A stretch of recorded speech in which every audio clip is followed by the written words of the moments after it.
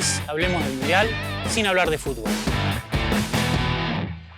Una organización, una empresa, es una institución que funciona a través de rutinas organizacionales, que permite al conjunto, al equipo, organizarse. Un equipo de fútbol no son 11 jugadores aislados. Un equipo de fútbol es un sistema que tiene un objetivo, tiene como finalidad un objetivo, por ejemplo, ganar un partido, tiene como finalidad ganar un campeonato. Una empresa, una organización tiene como objetivo desarrollarse, crecer, vender más, incorporar. Es un objetivo colectivo. Por eso el fútbol, al igual que las organizaciones, prevalece en ello lo colectivo, el equipo. No ganan los jugadores individualmente, sino que gana el conjunto.